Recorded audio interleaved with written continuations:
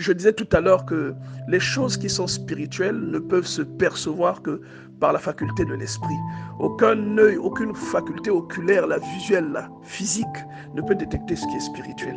Et lorsque vous avez le Saint-Esprit, et surtout quand vous avez ce don de discernement des esprits, en face d'une contrefaçon, vous saurez que ça c'est une contrefaçon. Même sur les réseaux sociaux, lorsque vous voyez certaines personnes prophétiser, dès qu'ils prophétisent, il y a un atalakou à côté qui crie ah, prophétie, prophétie. Vous pouvez voir que la personne prophétise comme dans un esprit d'orgueil. C'est un peu comme si c'est un défi. La personne parfois demande au public, est-ce que vous voulez que je prophétise sur elle? Est-ce que vous voulez que je lui dise, que je révèle? Dites avance, prophète. Vous voyez, il y a souvent des déclarations comme ça. Je ne dis pas que tous ceux qui disent ces déclarations-là sont dans le faux, mais je dis que ce n'est pas des déclarations qui honorent Dieu ou qui rendent un bon témoignage parfois du service que nous faisons pour Dieu.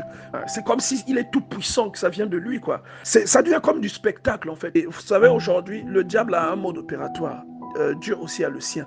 Lorsque vous voyez ce genre de choses, souvenez-vous toujours de Acte 16:16. Cette femme de Acte 16:16 percevait les choses qui sont dissimulées, les choses qui sont spirituelles, par la faculté d'un esprit qui les voyait pour elle et qui les lui transmettait. Cette femme qui commence à déclarer des paroles qui sont vraies, des choses que les gens n'ont pas dites, mais que cette femme-là percevait par la faculté de cet esprit de divination. Et nous avons encore ces choses-là dans les églises. Voilà pourquoi j'étais en train de dire tout à l'heure que même aux chrétiens qui aiment les prophéties, aux chrétiens qui aiment, ce n'est pas mauvais, mais ce n'est pas ça qui sauve, qui change votre vie, quoi. Ce qui change votre vie, c'est la parole de Dieu. Et si vous avez besoin de savoir des choses, même la parole de Dieu vers laquelle vous partez finit par engendrer des facultés en vous qui peuvent vous donner accès, soit même pendant que vous êtes éveillé, même dans le sommeil, qui peut vous donner accès à des choses qui ne sont pas encore manifestées, mais qui viennent à votre conscience par la vertu de l'Esprit de Dieu. Le Saint-Esprit donne non seulement le discernement, mais il confère également l'autorité pour reprimer ce qui n'est pas authentique.